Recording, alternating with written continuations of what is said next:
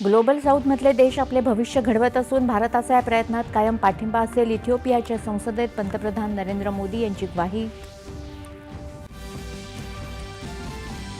पंतप्रधानांचा इथिओपियाच्या the great honour निशान of Ethiopia या सर्वोच्च नागरी पुरस्कारानं सन्मान.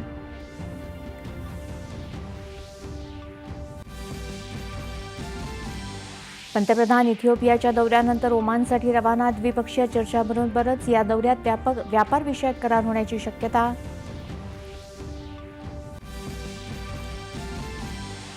परराष्ट्र मंत्री डॉक्टर एस जयशंकर यांनी घेतली इस्रायलचे पंतप्रधान बेंजामिन नेतन्याहू यांची भेट. दोन्ही देशांमधले संबंध बळकट करण्यावर केली चर्चा. लोकसभेत अणुऊर्जा सुधारणा विधेयकावर चर्चा सुरू. देशाची अणुऊर्जा क्षमता वाढवून नव्या पिढ्यांना सुरक्षित ऊर्जा देण्यासाठी विधेयक महत्त्वाचं. डॉक्टर जितेंद्र सिंह. वाढवण बंदराशी संबंधित डहाणू आणि पालघरच्या विकासाचा एक बृहत आराखडा तयार करण्यात येत असल्याची रेल्वेमंत्री अश्विनी वैष्णव यांची लोकसभेत माहिती.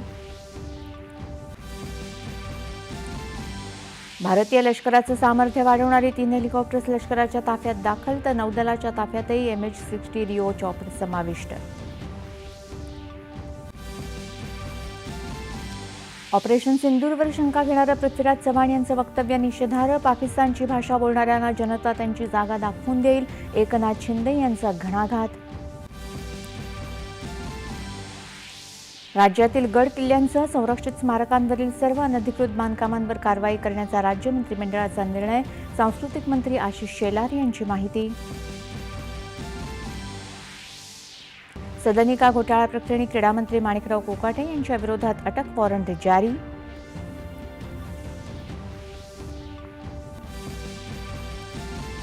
आणि भारत आणि दक्षिण आफ्रिका यांच्यातल्या 5 सामन्यांच्या मालिकेतला चौथा T20 क्रिकेट सामना आज लखनौ इथं होणार.